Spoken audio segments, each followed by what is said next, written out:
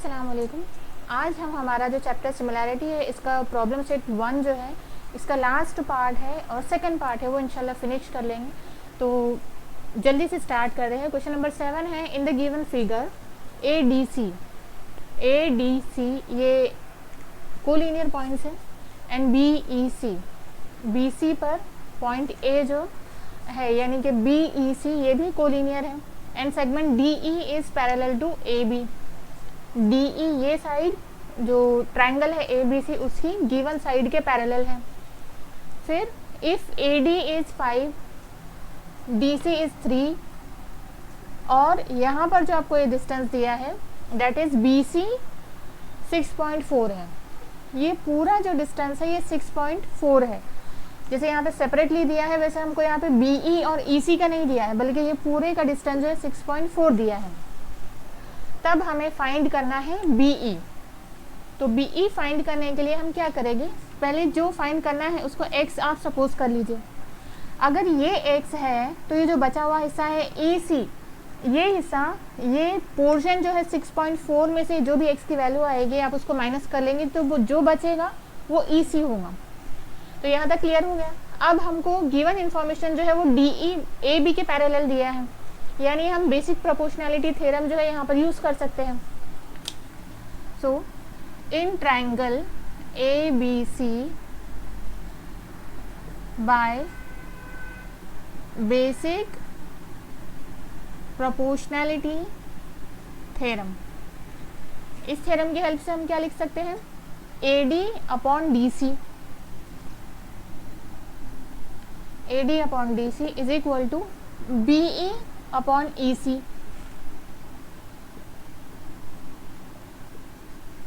अब वैल्यूज रख देंगे यहाँ पे 5/3 is equal to X upon 6.4 minus X. अब क्रॉस मल्टीप्लिकेशन कर लेंगे, 5 multiplied by 6.4 minus x is equal to 3 into x that is 3x। अब 5 को यहाँ पर मल्टीप्लाई करेंगे तो 6.4 को भी मल्टीप्लाई करना है और 5 से x को भी मल्टीप्लाई करना है। 5 4 ज़ा 20, 2 कैरी, 5 6 ज़ा 30 प्लस 2 इज़ 32 और ये एक नंबर के बाद पॉइंट है इसलिए यहाँ पर आप पॉइंट लगा देंगे। Minus 5 into x 5x is equal to 3x।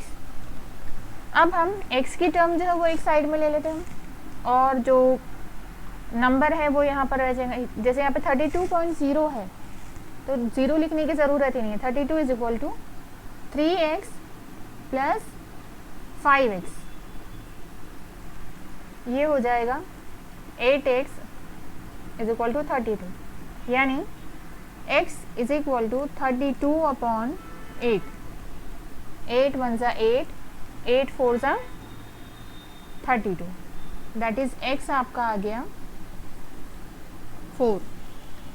x 4 आ गया यानी जो बची हुई वैल्यू जो है वो आपकी होगी 6.4। यहाँ लिख लेते हैं कि ई सी जो आपका फाइंड करना था, बी ई हमने फाइंड किया, x is equal to 4। Question number 8 start करते हैं। In the adjoining figure, segment PA, QB, RC and SD, PA, QB, RC and SD, ये चारों जो लाइंस हैं ये AD पर परपेंडिकुलर है, ये आपको क्वेश्चन में दिया है। And AB is 60, BC 70, CD का जो डिस्टेंस है वो 80 है। अब PS का डिस्टेंस दिया है और आपको फाइंड करना है PQ, RQ और SR का डिस्टेंस, ये हमसे क्वेश्चन में पूछा है। तो सबसे पहले हम लोग ये देखते हैं कि ये जो लाइंस है PA, QB, RC and SD, ये चारों लाइंस अगर सेम लाइन पर परपेंडिकुलर है तब ये चारों लाइंस जो है वो पैरेलल होंगी। तो जो हमको गिवन है पहले लिख लेते हैं, segment PA, segment QB, segment RC and segment SD are perpendicular।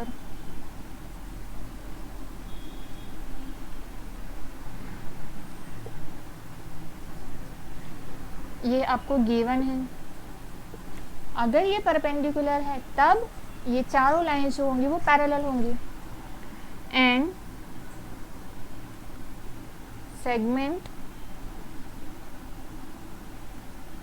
PA parallel to segment QB is parallel to segment RC parallel to segment SD। और ये पैरेलल क्यों होंगे? Because lines are perpendicular to same line are parallel. इसका reason हमने यही लिखा कि अगर वो एक ही लाइन पर परपेंडिकुलर है तो सबके सब लाइंस जो है वो पैरेलल हैं। अगर ये पैरेलल लाइंस है तो अब हम इसमें से सिर्फ 3 लाइंस लेंगे, PA, QB और SD। और वो लेने से पहले हम यहाँ पे सपोज कर लेते हैं PQ x से है और RQ y। इसको हम x और y सपोज कर लेते हैं। Let PQ is equal to x and RQ is equal to y। Therefore segment PA से ये स्टार्ट करना है। PA QB के पैरेलल है और QB SD के। PA parallel to segment QB parallel to segment SD। अब अगर ये तीनों सेगमेंट जो है पैरेलल है तो AD जो है वो उनका ट्रांसवर्सल हुआ। और हमारे पास जो थ्योरम है that is when 3 lines are parallel और उनका जो ट्रांसवर्सल होता है तो यहाँ पर PS ये भी ट्रांसवर्सल होगा और AD भी। तो जो हमने थ्योरम स्टडी किया था इस चैप्टर में कि अगर 3 लाइंस जो है वो पैरेलल है तो जो उनका ट्रांसवर्सल है वो उनको रेशो में इसको डिवाइड करता है। Therefore AD and PS be the transversal.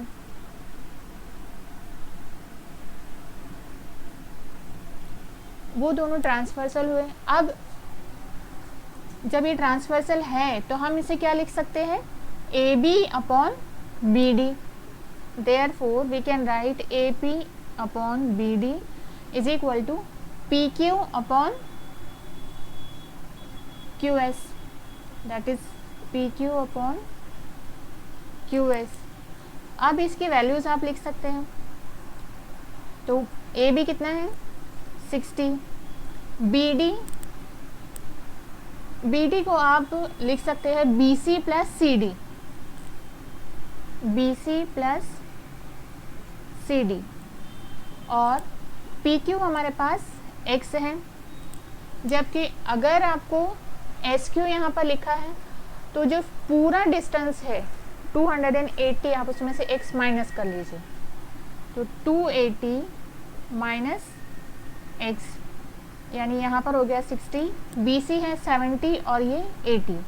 70 plus 80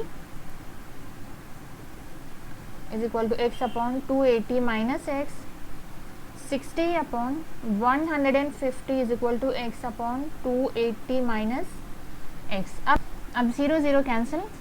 3 2 ज़ा 6, 3 5 ज़ा 15। अब इजी होगा हमारे लिए 2 into 280 minus x is equal to 5 into x. 2 0 ज़ा 0, 2 8 ज़ा 16, 1 कैरी, 2 2 ज़ा 4 plus 1 5 minus 2x is equal to 5x। अब ये 560 is equal to 5x plus 2x यानी कि 7x। और 560 को आप डिवाइड कर लीजिए 7 से। 7 1 ज़ा 7, 7 8 ज़ा 56 और ये 0 दैट इज़ x की आपकी वैल्यू आ गई 80 यूनिट्स। अब हम क्या करते हैं कि PS में से यानी कि SQ, PS को आप लिख सकते हैं अब PQ plus SQ। PS is equal to PQ plus SQ। और PS जो है वो 280 है पी क्यू हमने फाइंड किया है 80 और एस क्यू यहाँ पर है हमारे पास जो हमको फाइंड करना है, क्योंकि वो दो चीज़ें हैं वहाँ पर। अभी 200 आ जाएगा इसका एस क्यू, 280 में से आप 80 माइनस कर लोगे तो 200 यूनिट होगा। अब S R plus R Q ये हमारे पास है 200, तो S Q can be written as R Q plus R S या Q R plus R S. S Q हमारे पास 200, आर क्यू हमने सपोज किया है y और आर एस हमको नहीं पता, तो आर एस की वैल्यू हम फाइंड कर लेंगे 200 minus y is equal to R S. अब जैसे पहले हमने P A, segment P A, Q B और एस डी का यूज़ किया था, अब हम segment Q B, R S, R C और एस डी का यूज़ करेंगे। किसे फाइंड करना है हमको? एस आर को, और ये जो आर क्यू की वैल्यू है वो फाइंड करने के लिए, क्योंकि आर क्यू यहाँ पे हमने आर क्यू यानी कि क्यू आर वाई लिया है। To find Q R and R S, segment QB is parallel to segment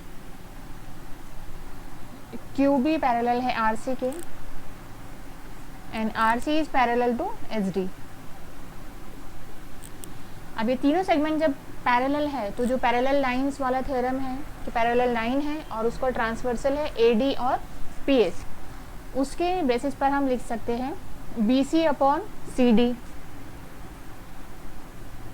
BC upon CD is equal to QR upon RS।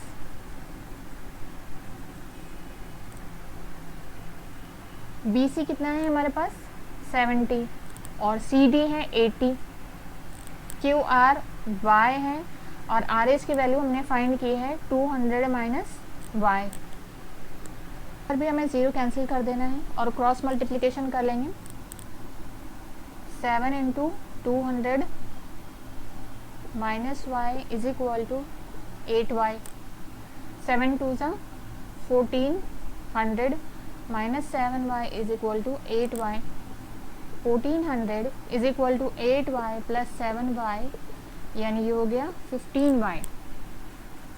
अब आप ले लेंगे y is equal to 1400 upon 15, तो 15 3 ज़ा 5 3 ज़ा 15 और 5 2 ज़ा 10, 4 कैरी, 5 8 ज़ा 40 और ये 0, यानी आपका आ गया 280 अपॉन 3।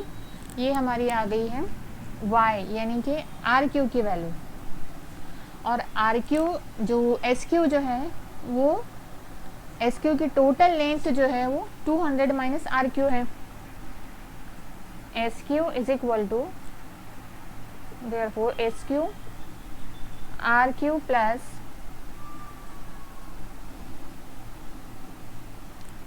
एस आर है।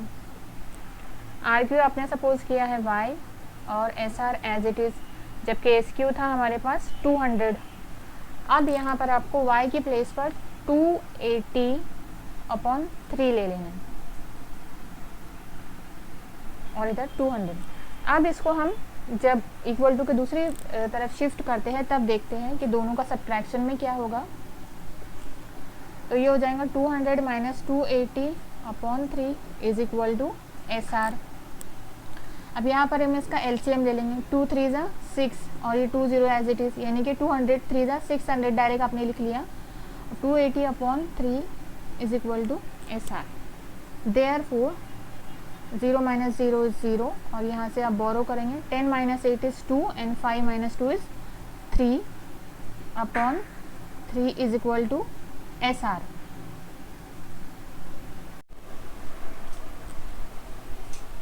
क्वेश्चन नंबर 9 जो है इजी भी है, बस आपको यहाँ पे डेफिनेशन याद होना चाहिए। अगर तो आपको एग्जाम में आ जाता है यानी कि आप लकी हो, क्योंकि यहाँ पर याद जो हम ऑलरेडी कर चुके हैं, जो डेफिनेशन ये एंगल बाइसेक्टर की याद है आपको, उसकी बिना पर ही आपको सॉल्व करना है। कुछ दूसरा यहाँ पर टाइम जाना ही नहीं है आपका, सिर्फ फिलअप्स करके आगे निकल जाना है। तो क्वेश्चन है हमारा कि ट्राइंगल पी क्यू आर में segment P M is median. P M median है, यानी कि क्यू एम और एम आर ये दोनों जो डिस्टेंस है वो इक्वल है, जो कि फिगर में भी ऑलरेडी आपको दिया है। Angle bisector of P M Q and P M R, P M Q यानी कि ये एम एक्स और पी एम आर यानी एम वाई, ये जो दोनों एंगल बाइसेक्टर है ये intersect side P Q and P R at point X and Y respectively, X और वाई पर वो कट कर रहे हैं।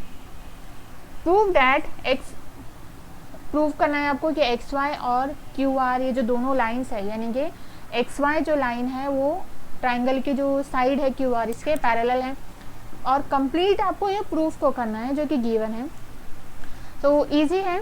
एक ट्राइंगल पी एम क्यू में आपको क्या करना है, यानी पहले ये वाला ट्राइंगल को आपको देखना है कि इसमें ही एंगल बाइसेक्टर है एम एक्स, और एंगल बाइसेक्टर की प्रॉपर्टी आपको पता है, जब भी कोई ट्राइंगल में एंगल बाइसेक्टर होता है जो उस ट्राइंगल की दो साइड्स होती है, वो दोनों साइड और जो उसकी ऑपोजिट साइड होती है जिसको वो इंटरसेक्ट करता है उसको वो रेशो में लिखते हैं हम हमेशा।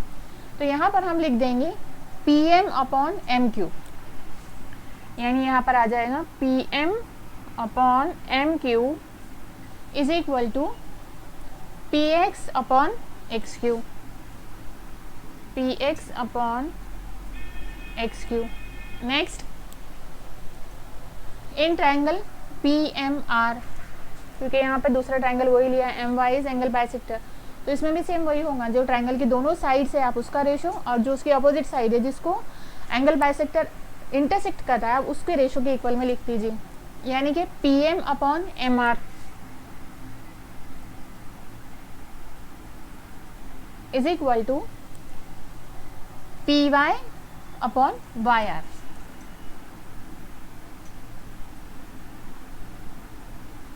ओके, अब ये इक्वेशन 1 और 2 हो गई, क्योंकि हमने ये लिखा है यहाँ पर थ्योरम ऑफ एंगल बाइसेक्टर, ये ऑलरेडी गिवन है आपको।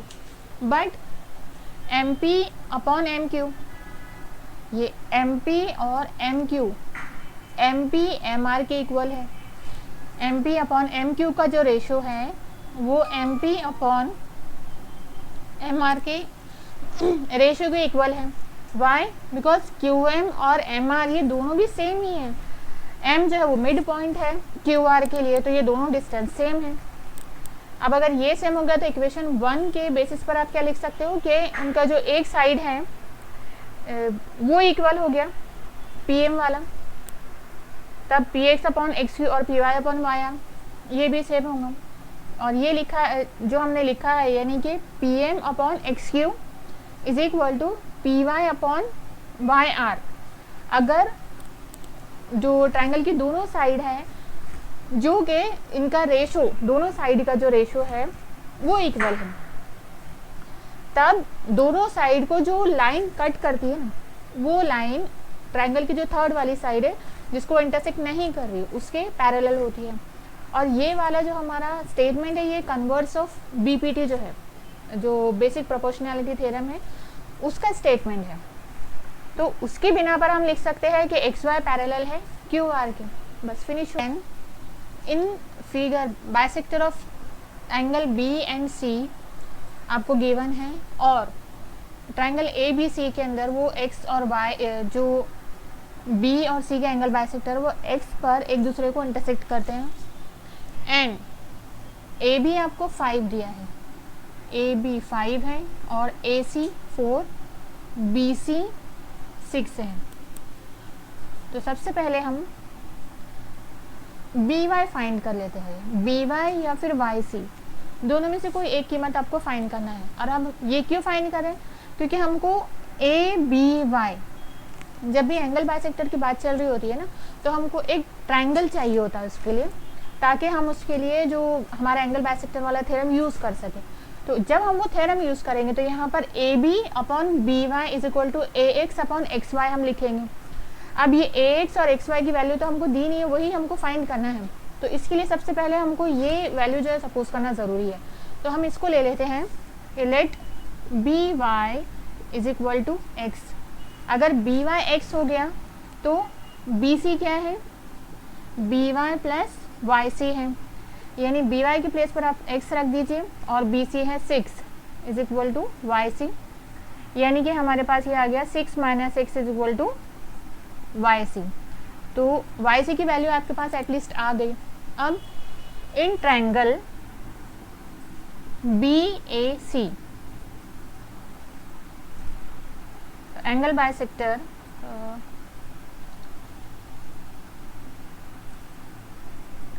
Angle bisector of angle B, जब हम इसका ये वाला कंसिडर करते हैं यानी बी एक्स, तब हम लिखेंगे A B upon B Y is equal to A X upon X Y. A B upon B Y is equal to A X upon X Y. ये आपने इक्वेशन नंबर 1 ले ली।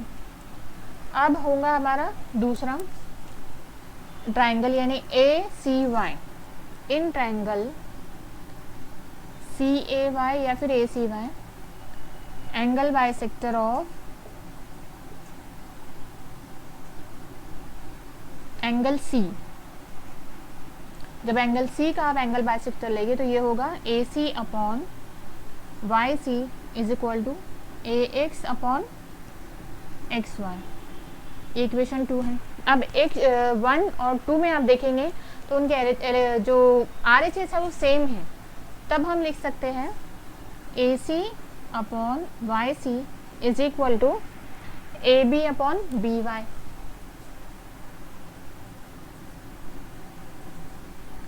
यानी यहाँ पर जो हमारे पास इक्वेशन अब मिली, अब इसमें हमको सिर्फ वैल्यूज पुट अप करना है। तो ए सी की वैल्यू हमारे पास है 4, वाई सी हमने फाइंड किया था 6 माइनस एक्स, ए बी है 5 और बी वाई था x। अब आप इसको क्रॉस मल्टीप्लाई कर लीजिए, ये हो जाएगा 4x is equal to 5 into 6 minus x, यानी 4x इज इक्वल टू 5 6 जा 30 माइनस 5x। अब आप इसको इधर लीजिए तो ये होगा 4x plus 5x is equal to 30।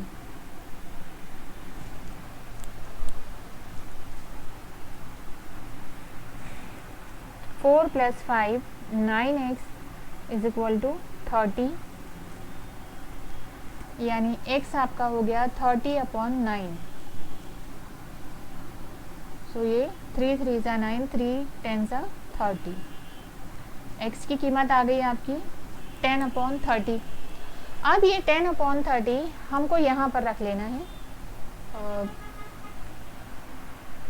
इस वाली इक्वेशन में, जहाँ पर ए बी और बी वाई की वैल्यू है, ए एक्स और एक्स वाई आपको फाइंड करना है। इसमें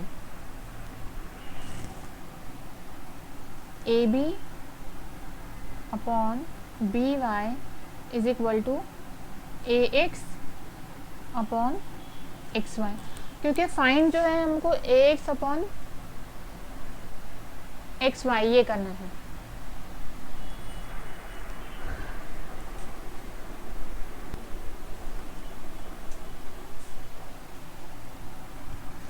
ए बी की वैल्यू हमारे पास है 5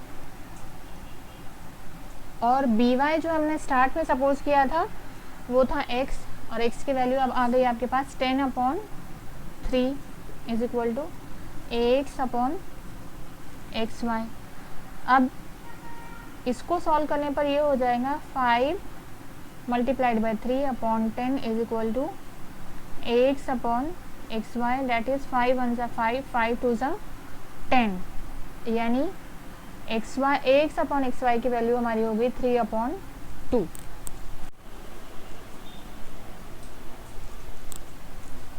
क्वेश्चन नंबर 10 स्टार्ट करने से पहले मैं आपको एक बात बता दूं कि जब भी हम कोई क्वेश्चन सॉल्व कर रहे होते हैं तो अगर उसकी स्टेप्स आगे पीछे होती है, क्योंकि कई बार ऐसा होता है कि मेरी स्टेप्स में कुछ पहले ले लेती हूँ और उसके बाद अगली स्टेप होती है, तो डिपेंड करता है कि आपकी उस क्वेश्चन को सॉल्व करने का आपका पॉइंट ऑफ व्यू क्या है। कुछ चीज़ें जैसे आप अगर अक्सर लोग जो है डाइजेस्ट अगर फॉलो करते होंगे तो उसमें कुछ चीज़ें हैं जो बाद में दी होती हैं, लेकिन मेरा स्टाइल ये है कि हम लोग जिस तरीके से उस क्वेश्चन को और जिस फिगर को एनालाइज करते हैं तो उसके बेसिस पर, क्योंकि ज्योमेट्री स्पेशली ऐसा सब्जेक्ट है कि जिसमें आपको फिगर देखकर ही अंदाज़ा करना होता है और उसी में क्लूज छुपे होते हैं, यानी कि वो ट्रेजर हंटिंग वाला जैसा गेम होता है ना, कि जिसमें हमको कुछ क्लूज दिए होते हैं और हमको रिजल्ट तक पहुंचना होता है। तो बस यहाँ पर ज्योमेट्री में भी वही है कि ट्रेजर हंटिंग है, कुछ हमको हिंट यहाँ पर गिवन होती है, बस उसको यूज़ करके हमको हमारा आंसर फाइंड आउट करना होता है। तो हम यहाँ पर इस क्वेश्चन में भी सेम यही करने वाले कि अगर तो हमको ये सिमिलैरिटी में दिया है तो सिमिलैरिटी है, यानी कि यहाँ पे ट्राइंगल की सिमिलैरिटी की बात चल रही है, तो कहीं से भी हमको ट्राइंगल ढूंढ के निकालना है इसमें, जिससे कि हम हमारे आंसर तक ईजिली पहुँच सकें। अब यहाँ पर आपको दिया है क्वाड्रिलेटरल, तो इस क्वाड्रिलेटरल के अंदर AD ये वाली जो साइड है ये BC इस साइड के पैरेलल है, और डायगोनल जो है उसके AC और BD ये एक दूसरे को पॉइंट P पर इंटरसेक्ट करते हैं। एंड आपको शो करना है कि AP अपॉन PD और PC अपॉन BP है। ये शो करने के लिए अब ये दोनों साइड्स जो दिए हैं, इन दोनों साइड्स का रेशो यहाँ पर दिया दूसरे ट्राइंगल के दोनों साइड्स के रेशो के साथ। तो ये आप ये समझ लीजिए कि आपको APD और BPC ये दोनों ट्राइंगल का यूज़ करना है। अब जब ये दोनों ट्राइंगल का हमको यूज़ करना है तो कहीं ना कहीं से हमको इन दोनों ट्राइंगल्स को बताना है कि वो सिमिलर है। सिमिलर बताने के लिए आपको यहाँ पर AD और BC ये पैरेलल दिया है, तो यहीं से स्टार्ट करते हैं हम लोग। Side segment AD is parallel to segment BC। अगर ये दोनों पैरेलल है तब AB और DC ये इनके क्या हो गए, transversal, and DC is transversal.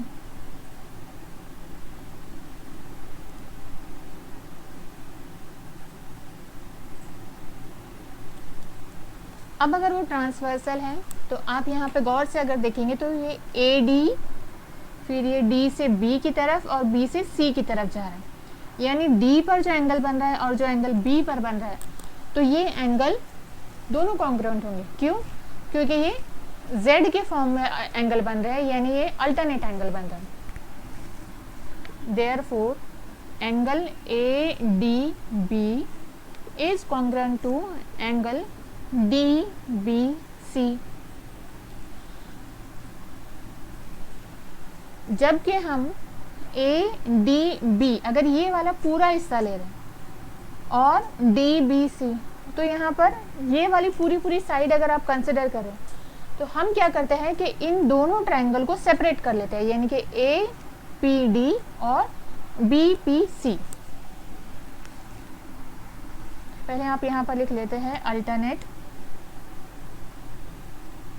Angle, and in triangle APD and triangle BPC, इन दोनों ट्रायंगल में अब हम लेते हैं तो आप ADB को क्या लिखोगे, ADP। Angle ADP is congruent to angle PBC। और रीज़न यहाँ पर सेम है हमारा कि वो अल्टरनेट एंगल है। इसको आप 1 दे दीजिए और यहाँ पर लिख लेंगे यूजिंग 1। अब यहाँ जो P एंगल बन रहा है, तो P एंगल दोनों ट्रायंगल में बन रहा है, और ये एंगल जो है ये वर्टिकली अपोजिट एंगल है, तो वर्टिकली अपोजिट एंगल जो है वो कॉन्ग्रुएंट होते हैं, सेम होते हैं। Therefore APD is congruent to BPC, vertically opposite angle. यानी जो दो एंगल को हमने यहाँ पे प्रूफ कर दिया कि वो दोनों एक दूसरे के कॉन्ग्रुएंट है, तब दोनों ट्रायंगल जो है ये सिमिलर होंगे by using AA test of similarity. यानी हमने दोनों ट्रायंगल को प्रूफ कर दिया कि वो सिमिलर है। अब अगर दोनों ट्रायंगल सिमिलर है तो उनके साइड्स जो है वो रेशो में लिख सकते हैं हम, यानी हम लिख सकते हैं BP upon PD। Therefore B P upon P D is equal to P C upon A P, P C upon P A या फिर ए पी, जो आप चाहें। लेकिन हमको प्रूफ क्या करना है, A P upon P D और P C upon B P. अब हम इस जो इक्वेशन हमको मिली है, इस इक्वेशन में अल्टरनेंडो, ये वाली प्रॉपर्टी हमने पहले भी यूज़ की है। By using operation alternendo we can write P A upon P D is equal to P C upon B P, और यहाँ पर आप लिख लेंगे अल्टरनेंडो। तो ये वाला हमने पहले भी यूज़ किया है कि जैसे हम क्रॉस मल्टीप्लिकेशन करते हैं तो उसमें हम पूरा मल्टीप्लाई करते हैं, बट यहाँ पर हम सिर्फ उसकी प्लेस चेंज कर लेंगे इस प्रॉपर्टी में, और यही हमको प्रूफ करना था। क्वेश्चन नंबर 12 में फिगर में एक्स वाई और ए सी, ये दोनों जो साइड्स है, मतलब सेगमेंट एक्स वाई ट्राइंगल की साइड जो ए सी इसके पैरेलल है, और मोर ओवर आपको दिया है 2ax is equal to 3bx, फिर एक्स वाई आपको 9 दिया है और ए सी फाइंड करना है। तो इसके लिए जो यहाँ पर गिवन दिया है और फिलअप सी है, आपको ये ऑलरेडी गिवन ही होता है। तो जो स्टेप हमारी होती है ये क्रॉस मल्टीप्लिकेशन वाली स्टेप है, तो उसके पहले वाली स्टेप हमारी क्या होती है, तो वो होती है हमारी 3/2, यानी यहाँ पर bx को अगर आपने ax के डिनोमिनेटर में लिख लिया है तो 2 जो है वो 3 के डिनोमिनेटर में जाएगा। अब कंपोनेंट में हम क्या करते हैं कि जो डिनोमिनेटर में होता है उसको हम न्यूमरेटर में ऐड कर देते हैं, तो ये हो जाएगा 3 + 2/2, 3 + 2 इज़ 5/2। यहाँ पर जो हमारा बी सी ए, ये बी सी ए ट्राइंगल बड़ा वाला बी एक्स वाई के यानी छोटे वाले ट्राइंगल के दोनों ट्राइंगल जो है वो सिमिलर कैसे है, कौन से टेस्ट है, तो टेस्ट हमारा उसके लिए ए है, यानी कि एंगल टेस्ट है, क्योंकि देखिए यहाँ पर जो बन रहा है ए पर और एक्स पर बन रहा है, तो एक्स और एक्स वाई और ए सी अगर ये दोनों जो सेगमेंट्स है वो पैरेलल है तो तब ए बी और बी सी ये दोनों लाइंस जो होंगी वो उनके ट्रांसवर्सल के तौर पर देखा जाएगा उसे, यानी यहाँ पर एक्स और ए ये दोनों एंगल और सी वाई ये दोनों एंगल करस्पॉन्डिंग एंगल है, और करस्पॉन्डिंग एंगल जो होते हैं वो कॉन्ग्रुएंट होते हैं, यानी यहाँ पर दोनों ट्राइंगल जो ए टेस्ट ऑफ सिमिलैरिटी की बेसिस पर दोनों भी वो सिमिलर हो गए। अब नेक्स्ट हमें फाइंड करना है बी ए अपॉन बी एक्स और ए सी अपॉन एक्स वाई, यानी corresponding sides of similar triangle. जो ट्राइंगल है दोनों ट्राइंगल सिमिलर है, इसके लिए उनकी करस्पॉन्डिंग साइड्स को रेशो में लिखा है। तो बी ए यानी कि ए बी इसकी वैल्यू है 5/2, और अब ए सी हमको फाइंड करना है क्योंकि 9 ये जो एक्स वाई ऑलरेडी हमको गिवन था तो वो लिखा है, तो आप इसको क्रॉस मल्टीप्लाई कर लीजिए। यहाँ पर हम लिख लेंगे 5 × 9/2, 5 9 सा 45/2, और 45 का हाफ होगा 22.5 units.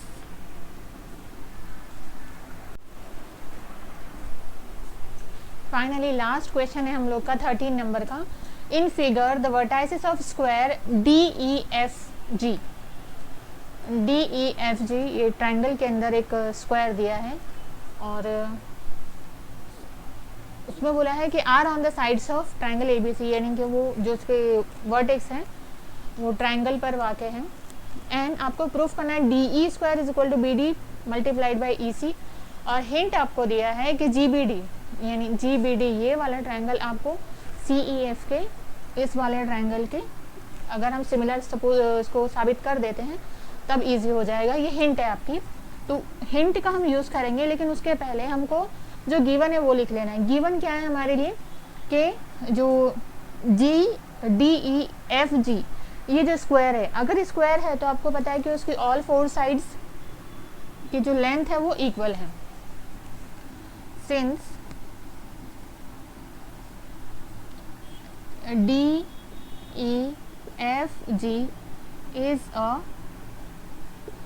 square, therefore DE is equal to EF is equal to FG is equal to GD, आपने इक्वेशन नंबर 1 दे दिया इसे। नेक्स्ट हमको लेना है कि जी डी ये पैरेलल है बी सी पर, और एफ ई ये भी पैरेलल है बी सी पर। Segment G D is parallel on segment, या साइड भी बोल सकते हैं आप उसे, B C, and segment F E is perpendicular to side B C. उसके बाद हम ट्राइंगल लेते हैं कि हम जी डी बी और सी एफ ई ये दोनों ट्राइंगल को डायरेक्टली नहीं बता सकते कि वो दोनों एक दूसरे के सिमिलर है। हमको नंबर वाइज करना है कि जी बी डी ट्राइंगल और ए बी सी, पहले हम इसको बताएंगे कि ये G B D triangle A B C के सिमिलर है। फिर हम लेंगे कि सी ई एफ ये वाला ट्राइंगल ए बी सी के सिमिलर है, और जब दोनों ट्राइंगल ए बी सी के सिमिलर है यानी दोनों ट्राइंगल सिमिलर है, तब हम लोग जो एक्चुअल में दोनों ट्राइंगल को बता पाएंगे कि वो सिमिलर है। So in triangle A B C and triangle G B D, इन दोनों ट्राइंगल में अगर ए बी सी और जी बी डी में आप देखते हैं तो ट्राइंगल बी, एंगल बी जो है दोनों ट्राइंगल के अंदर कॉमन है। Angle B congruent to angle B, और आप यहाँ पर लिख सकते हैं कॉमन एंगल। नेक्स्ट ए पर 90 डिग्री का बन रहा है एंगल, और डी पर भी 90 डिग्री बन रहा है। Angle A is equal to angle D is 90 degree. तो हमने यहाँ पर लिख लिया कि both are right angle, both are right angle triangle, therefore triangle ABC is similar to triangle GBD। और रीज़न हम लोग का होगा AA टेस्ट ऑफ सिमिलैरिटी, सबसे ज़्यादा यूज़ होने वाला यही टेस्ट है AA टेस्ट, क्योंकि बहुत ईजी होता है। नेक्स्ट हम लेते हैं ABC और CEF के लिए। In triangle ABC and triangle CEF में सेम उसमें भी वही है कि ट्राइंगल सी जो है वो एंगल सी जो है वो दोनों में कॉमन होगा, कॉमन एंगल। नेक्स्ट ई जो है वो ए के कॉन्ग्रुएंट होगा क्योंकि दोनों भी 90 डिग्री हैं। A congruent to E which is equal to 90 degree. Therefore,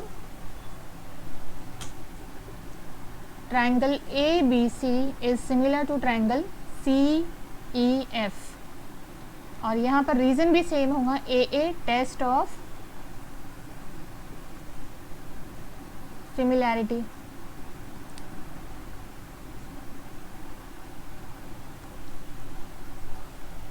और ABC CEF के सिमिलर हैं, ABC GBD के सिमिलर है, यानी कि दोनों ट्राइंगल, यहाँ पर आप इसको 1 और इसे इक्वेशन 2 दे सकते हैं।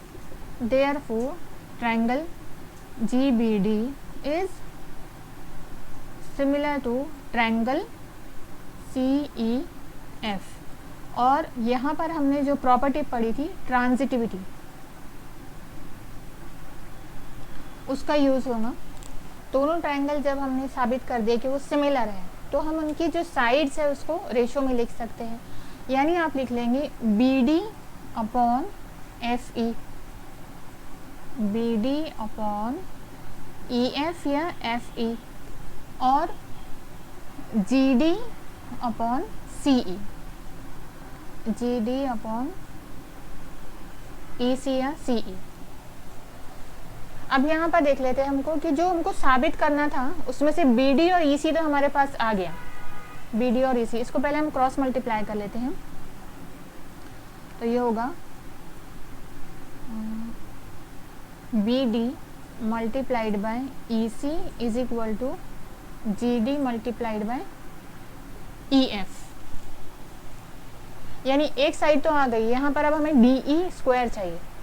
अब ये वाले जो साइड है जी डी और ई एफ, ये दोनों जो स्क्वायर की साइड्स हैं जी डी और ई एफ, और ये इक्वल है डी ई के, यानी कि इन दोनों के प्लेस पर आप इजीली लिख सकते हो D E multiplied by D E, तो D E into D E will be D E square, और यही हमको प्रूफ करना था।